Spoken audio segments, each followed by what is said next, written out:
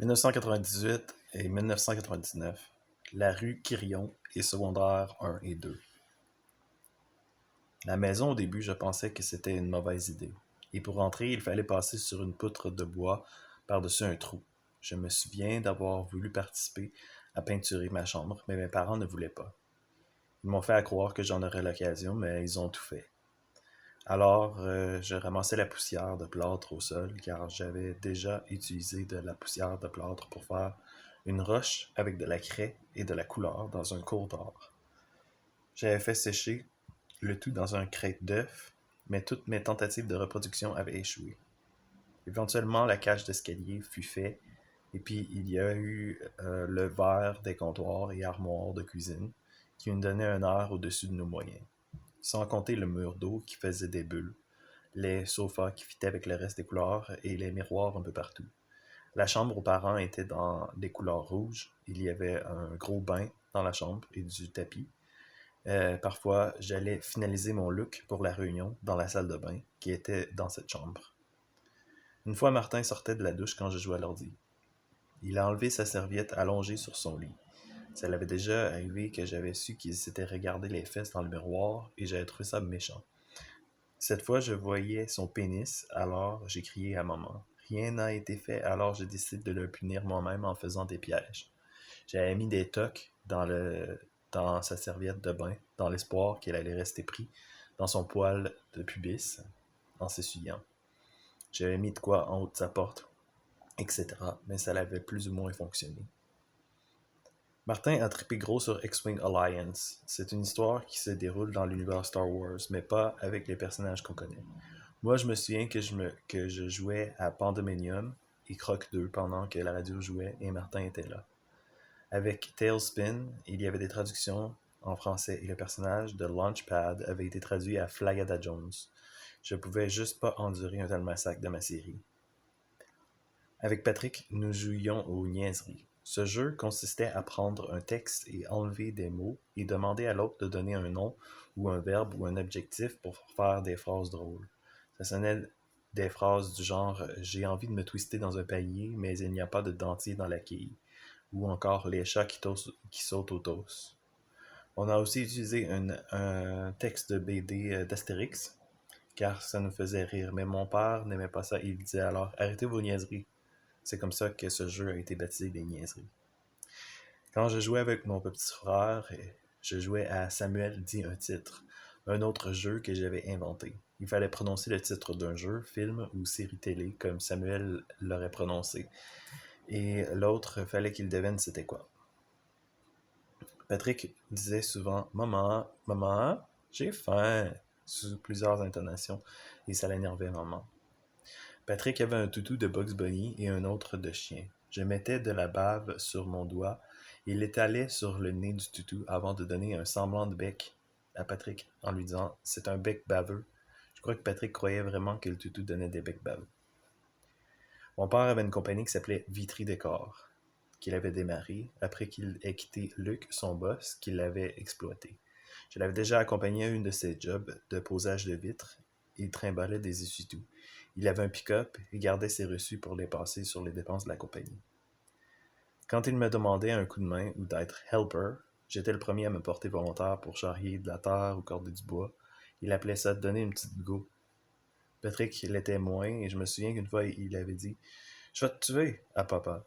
J'avais trouvé ça très dérangeant qu'il ne soit pas puni plus que ça, alors que je l'étais pour des choses bien moins pires. Dans ce temps-là, il y avait aussi une hype concernant le nouveau film de Star Wars. Il avait refait la trilogie avec de nouveaux effets spéciaux.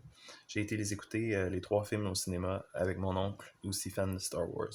J'ai été déçu alors que c'était le même film à mon avis, avec 3 minutes de scène ajoutée. Mais pour le nouveau film d'épisode 1, il y avait une bande-annonce qu'on écoutait sur repeat. Et c'était un gros budget. Par exemple, des cartes de personnages dans les sacs de chips Doritos à collectionner. Ça disait Darth Maul can't resist. Je me souviens aussi de m'être dit que j'allais sûrement jamais avoir la possibilité de voir ces nouveaux films puisque Armageddon serait arrivé avant ça. J'avais aussi fait un Star Wars Poly, une version Monopoly de Star Wars avec des cartes de questions sur l'univers Star Wars plutôt que Chance et Community Chest. Plus tard, j'ai su que ça existait déjà. Dans le service, les samedis, nous allions au Tim Hortons. On se prenait une douzaine de beignes, j'en prenais 3 et Stéphane l'abbé disait 3 beignes plus un chocolat chaud. Et il me disait que j'allais sûrement faire une crise d'hypoglycémie si j'allais manger ça. Aussi, des fois, je parlais à Steve Nadeau. J'avais su qu'il était schizophrène et qu'un jour, il s'était rasé le coco. Moi, j'étais curieux sur qu'est-ce que c'est que ça fait, cette maladie, et j'avais essayé d'y demander, mais j'avais juste des réponses vagues. Patrick était maintenant en maternelle et on jouait souvent ensemble. Je m'étais désintéressé tranquillement de mon matériel à bricoler et nous utilisions un radio à magnétophone pour enregistrer des trucs sur cassette. Je faisais mes propres histoires dont vous êtes les héros et aussi parodies de cailloux avec les livres du Club Patrick. Quand un bébé pleurait à la salle, je disais chut à Patrick pour le niaiser, comme quoi il était un bébé. Patrick et moi, nous revisions nos notes de la salle dans le char. Patrick manquait le nom des personnes qui faisaient des commentaires. Nous avions Chaton et Frère Rottefort. Patrick aussi amenait ses jeux et ses chansons il racontait ce qui se passait à l'école. Il chantait ses comptines. Michaud est monté dans un grand pommier, la branche a cassé, Michaud est tombé. Où donc est Michaud? Michaud est sur le dos. Ah, relève, relève, relève. Ah, relève, relève, Michaud. Ou celle de Lapidou. Le respect de mon ami, qu'il soit grand ou bien petit, et de moi aussi. C'est gentil, Lapidou qui va nous guider. Ou un autre comptine. Mon corps, c'est mon corps, ce n'est pas le tien. Tu as ton corps à toi, laisse-moi le mien. Un autre. J'entends le blip blip du robot et le vroom du moteur, mais pour moi, ce qu'il y a de plus beau, c'est le bruit de ton petit cœur. Vas-y, vas-y, chante-la, chante-la, c'est la musique du bonheur. Il y avait une fille qui appelait la poupée robot dans sa classe. Il me disait qu'elle disait out of nowhere, et par exemple, là, je vais le dire. Il y avait un jeu qui s'appelait Mother Goose et on imitait un petit gros qui mangeait de la tarte. Quand mes parents quittaient et ils revenaient plus tard, qu'ils avaient dit, je m'inquiétais qu'ils aient eu un accident. Nous avions écouté Les Robinsons des mers du Sud. Et il y avait un petit fou qu'on appelait qui s'amusait à lancer de la dynamite. Une fois, Patrick s'était fâché contre moi. Quand il se fâchait et il me sacrait des coups de poing, il m'avait dit « Je vais t'achumer dans le gueule ». Il y avait aussi la boîte à cadeaux que j'avais fait avec du papier construction et de la colle brillante. Je donnais des bonbons ou étampes à Patrick quand il était sage, mais lui enlevait quand il ne l'était pas. Mes parents nous avaient acheté des gros livres de fables de La Fontaine. Je me souviens aussi du livre Mickey affronte le géant. Nous avions aussi une boîte à bébelles en dessous du palier. Nous avions un abonnement au Club Columbia. Martin m'avait appelé Fifi à cause que je tenais mon poignet cassé.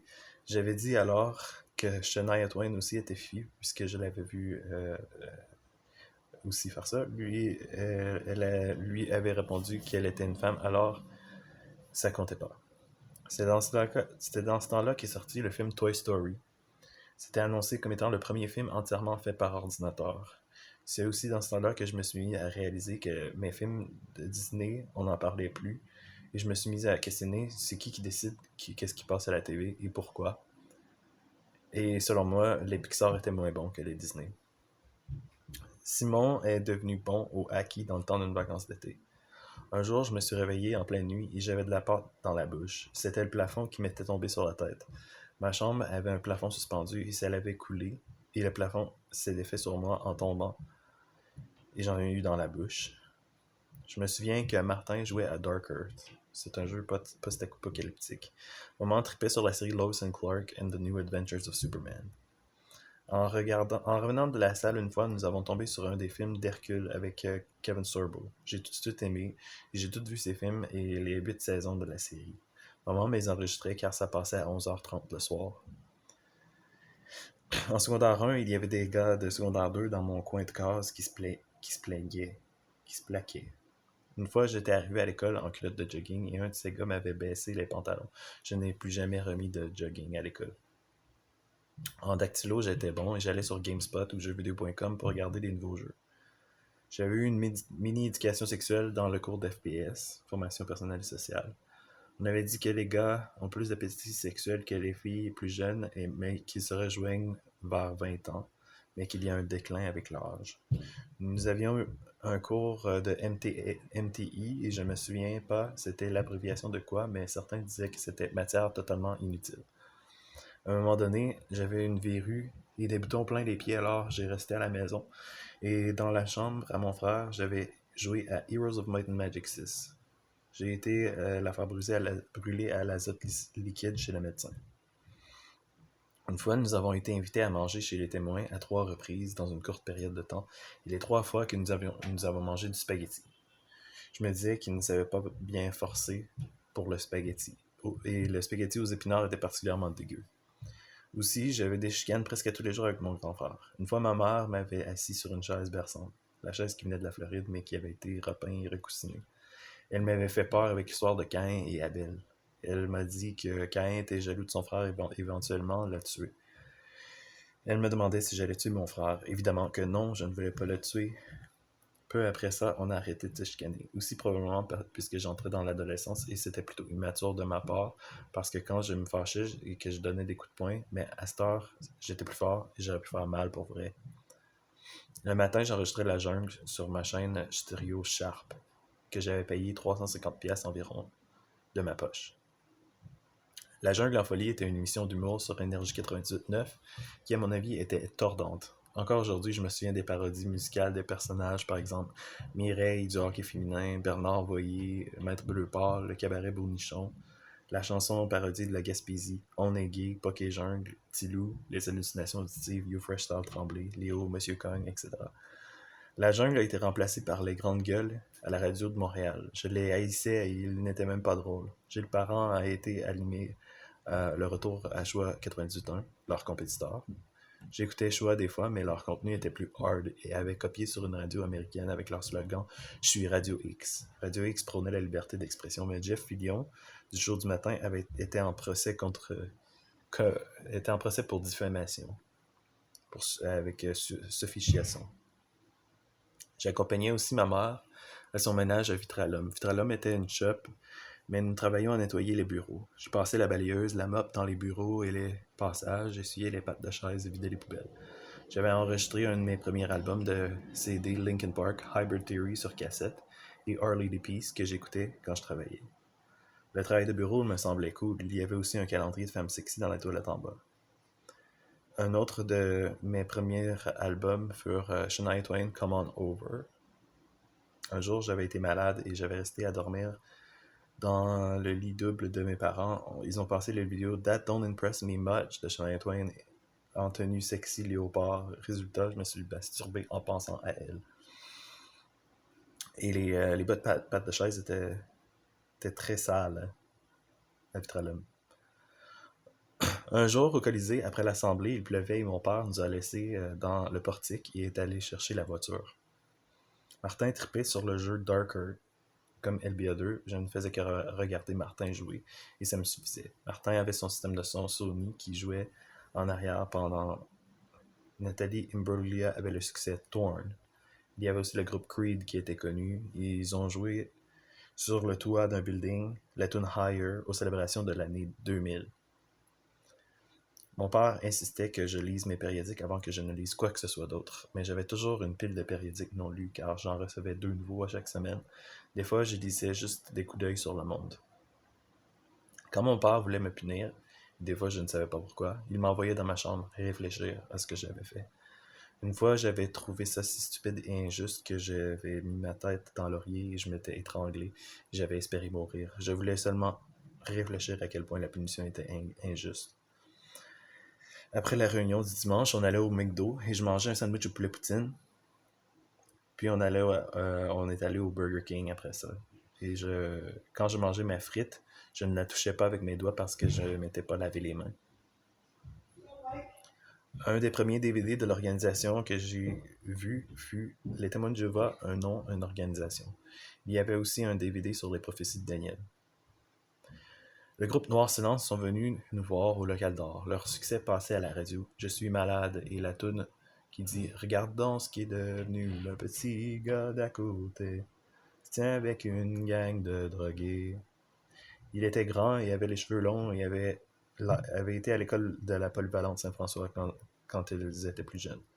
À l'école, on a écouté le film Poséidon. On a écouté le film Hocus Pocus.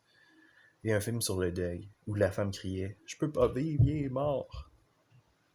Dans le bus, il y avait un gars qui lichait les vitres qui se faisait appeler Windex. Quand maman était à l'hôpital pour sa pancréatite, Patrick lui a appelé au téléphone et le seul truc qu'il a trouvé à dire c'était « Est-ce que je peux avoir des biscuits et combien ?» L'émission Who Wants to be a Millionaire était populaire dans ce temps-là. En secondaire 2, Simon écoutait South Park et m'en parlait. Il disait que dans cette émission, il y avait Terrence et Philippe qui répétaient « Délire » et il les imitait. C'était drôle. Il y avait un frère dans notre congrégation qui s'appelait Nicolas, qui s'est fait excommunier. Mais avant, il s'était développé un système qui envoyait des courants électriques, supposément pour tuer les parasites qui existaient dans nos intestins. Ma mère l'avait essayé. Parce qu'elle elle tenait des bouts de métal assis sur le bord de son lit pour avoir les chocs électriques. J'ai appris à faire du vélo à 2 roues et j'allais me promener dans le clos. Des fois, je faisais des mini-jumps. Je courais vite aussi et un jour, j'ai fait une course avec papa et je courais plus vite que lui. On jouait au tir au poignet aussi. Un jour, maman s'est coincée le pouce dans la porte de char et elle était allée à l'hôpital. La blessure était pas mal grave. Maman a aussi eu une pancréatite et elle a été à l'hôpital. Elle était médicamentée, on a eu peur pour sa vie. Elle a été opérée pour lui faire enlever la vésicule biliaire car elle avait des pierres. Nous avions un poêle à bois à la maison et on chauffait au bois l'hiver avec une corde de bois et une boîte à bois. Mon père disait on va faire une petite attisée. Puis il fallait enlever la créosote qui s'était accumulée dans la cheminée. Un jour, j'ai vu mes parents brûler plein de périodiques des Témoins. Les vendredis, on avait un sac de chips Ruffles Barbecue All Dress ou chips Lay's au ketchup et on écoutait TGIF, l'émission Boy Meets World, Sabrina the Teenage Witch, Everybody Loves Raymond and the King of Queens.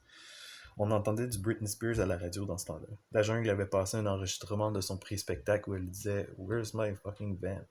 ou de quoi de genre, et ça faisait contraste avec son image de fille innocente.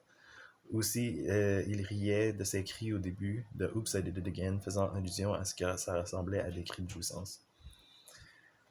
En hiver, c'était ciné-cadeau, et j'écoutais les Astérix. Patrick écoutait Caillou à Télétoon.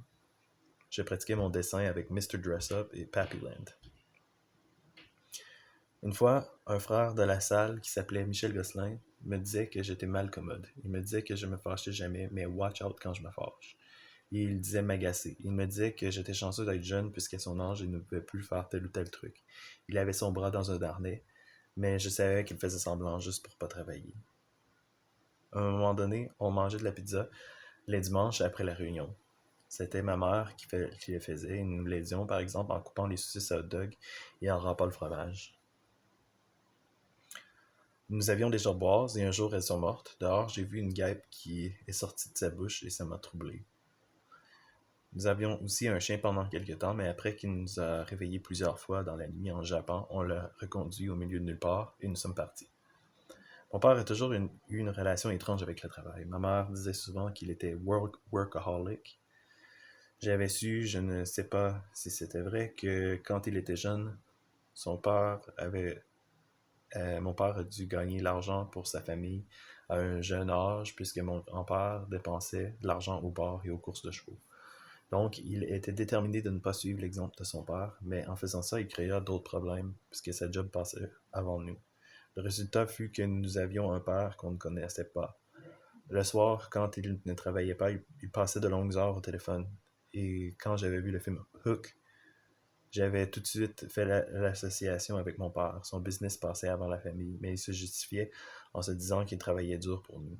Et le pire, c'était que côté argent, il faisait souvent des dépenses ridicules ou des ventes à perte. Mon petit frère était muet à l'école. Ça a pris plusieurs années avant qu'il parle, et il refusait de répondre même quand on lui posait des questions. Simon disait que c'était parce qu'il avait été abusé sexuellement. Simon disait que Jean-Philippe Fortier était si petit que ses pieds ne touchaient pas le sol dans son banc. Début secondaire, j'ai eu une poussée de croissance et j'ai mûri. Je pouvais maintenant chanter la chanson de Voodoo de Godsmack sans trop fausser. Aussi, on me nommait le Grand Slack ou encore Bigfoot. J'avais aussi le surnom Gates pour les intimes. Une chanson qui était populaire dans ce temps-là était Sugar Ray Fly. J'avais mémorisé toutes les paroles de la chanson All Star de Smash Mouth. Je m'étais fait une compilation qui commençait avec du Three Doors Down et finissait avec Limp Bizkit et Powerman 5000. Martin s'intéressait déjà à la musique dans ce temps-là et avait acheté son système de son Sony et avait commencé sa collection de CD. Et moi, j'ai suivi. Je téléchargeais aussi sur LimeWire et Napster.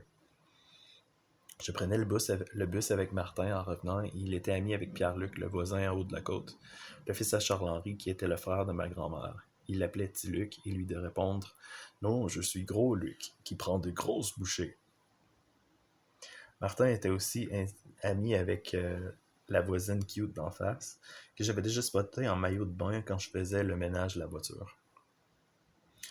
Un jour, on a eu une épluchette de blé d'Inde avec la congrégation sur notre terrain. J'avais surtout resté en dedans pour ne pas socialiser. À la salle, je suis devenu proclamateur non baptisé. J'ai aussi commencé à passer le micro et j'allais à la console en arrière pour ajouter le son, les micros et mettre les cassettes pour le cantique. En maths de secondaire 2, j'avais Yves Veilleux. J'avais été mis en équipe avec Jean-Philippe Quirion et nous sommes devenus amis. On riait du prof aussi, par exemple. On disait que dès que la cloche sonne, il disait « Voyelle, calcul mental numéro 1 » en frappant sa règle. J'avais aussi fait une caricature de lui sans sourire et avec une règle. En secondaire 2, pour mon choix de cours, j'avais choisi art plastique. Kevin disait qu'il était daltonien. Il m'avait montré son livre qui s'appelait Les aventures érotiques de Moumou et c'était plein de dessins sexuels.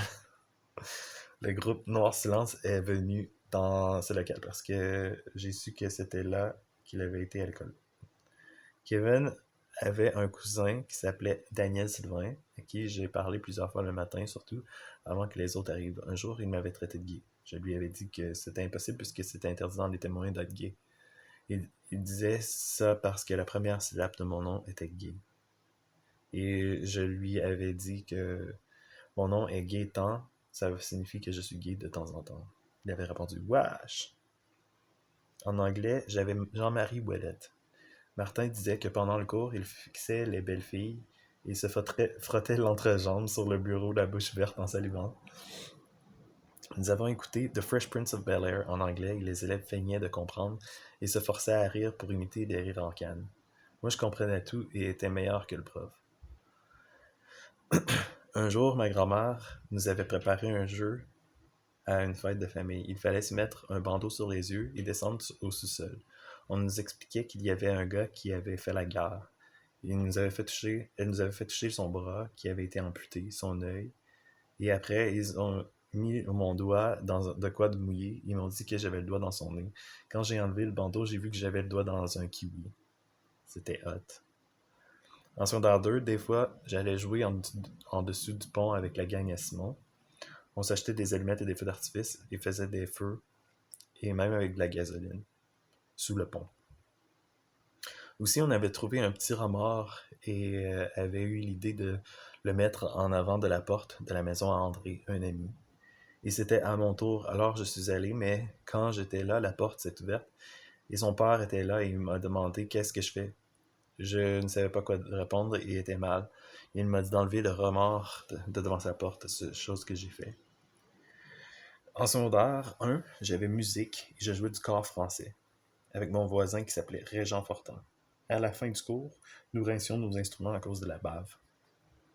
À l'école, il y avait quelqu'un, je pense Christian, qui disait « C'est quoi ton cri de jouissance ?» mais le disait tellement vite qu'on comprenait mal, alors on demandait « Hein ?» Ça sonnait comme un cri de jouissance bâtard. On a été allé quelques fois chez Claudette pour des parties de famille à côté de mon père, du côté de mon père. On y prenait des photos et avions célébré mes arrière-grands-parents. Mon oncle Robert faisait des michouis. Mon oncle Claude faisait des jokes de sexe. Un jour, mon cousin Alex est venu nous visiter de Vancouver. Quand on lui a demandé s'il se souvenait des noms à moi et à mes frères, il a dit « Oui, c'est Shadrach, Meshach et Abednego. » et il disait que mon père était la fournaise. Mon père écoutait La Fureur et moi, je gueulais pour dire que je détestais cette émission. Je sais pas pourquoi je faisais ça. Mon père dormait une fois que je faisais mes devoirs à la table de cuisine. Ma mère a perdu patience et s'est mise à me sacrer des coups de poing sur la tête. Évidemment, j'ai crié au meurtre. C'est là que mon père est sorti de la chambre et m'a soulevé et m'a sacré dehors sous prétexte qu'il n'y a jamais une bonne raison pour crier. Quand je suis revenu dans la maison, j'ai exigé des excuses, mais j'en ai pas eu. Selon mes parents, ils n'avaient pas à s'excuser et la discipline était juste. Selon moi, j'étais innocent. Je faisais mon gros possible pour apprendre mes leçons d'école. En bio, il y avait un squelette humain dans le local, avec des cochons dans des bocales. Quand on parlait de trompe de Fallotte, je pensais à Cathy Fortin, une fille que je trouvais belle. Gisaïe Poirier était dans mon cours et lui tripait sur les guns. Son rêve était de devenir soldat. En économie familiale, nous avons fait des boxers et une salade de fruits. Sylvain avait fait ses boxers à moitié transparents et j'avais ri de lui. J'avais aussi oublié d'enlever les noyaux dans les raisins de la salade de fruits. Avec la gang à Simon, on allait au Dollarama ou au club vidéo le midi. Un jour, Simon avait trouvé un paquet de cigarettes plein et avait eu l'idée de les fumer et de nous en donner. J'avais refusé, mais Simon est devenu un fumeur et j'ai arrêté de le fréquenter sous prétexte qu'il était devenu une mauvaise fréquentation en suivant les recommandations des Témoins de Jéhovah. J'avais découvert que la gang LGP jouait au hockey Cosum l'hiver et au soccer l'été ou à claquer des balles de baseball. J'avais commencé par le regarder en haut du gymnase, mais j'ai participé et c'était cool. Je jouais même si j'étais pas bon. Du baseball aussi, claquer des balles et le soccer en été. On a fait la lecture de la Bible en famille quelques fois, mais c'était dans le Vieux Testament et c'était très violent pour les enfants. On se disait que c'était au moins PG-13. Par exemple, ça disait qu'un serviteur de Dieu avait poignardé un roi et le manche de l'épée avait passé à travers la graisse et le ventre et s'était refermé par-dessus.